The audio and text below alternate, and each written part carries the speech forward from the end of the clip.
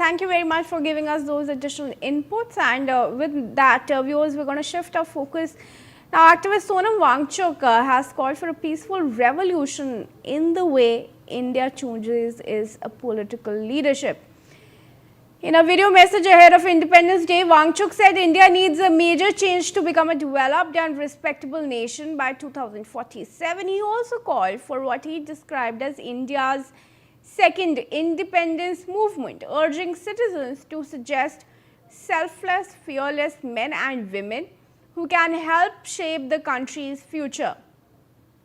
Wangchuk said India's progress is closely linked to its education system and criticized the suppression of dissent by governments across political parties. He also raised concerns over criminal cases against elected representatives and said the biggest shortcoming lies in the way leadership is chosen.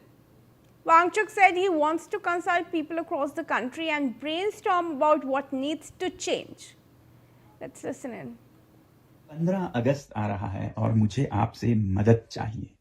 साथियों, पिछले दिनों मैं जरा बीमार रहा और बिस्तर पर बैठा सोचता रहा अपने देश के बारे में, देश के भविष्य के बारे में, और जितना सोचता उतना ही निराश होता रहा।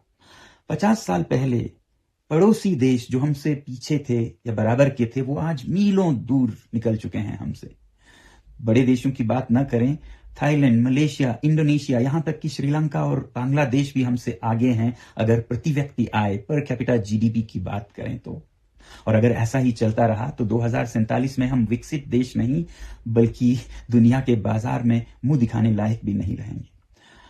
आप लोगों को मैं बधाई देना चाहता हूं एक तरफ कि आप लोगों ने परिवर्तन चाहा, बदलाव चाहा, पिछले 2 महीनों में आंदोलन किए और बदलाव आया भी।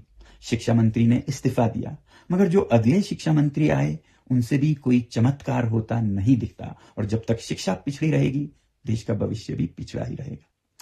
वैसे ही अगर दिल्ली में एक पार्टी की सरकार से अन्याय पर आवाज उठाई और सरकार ने बर्बरता से दबाया उस आवाज को, तो दूसरे राज्यों में दूसरे पार्टी की सरकारों ने भी वही किया अन्याय और वैसे ही बर्बरता से दबाया।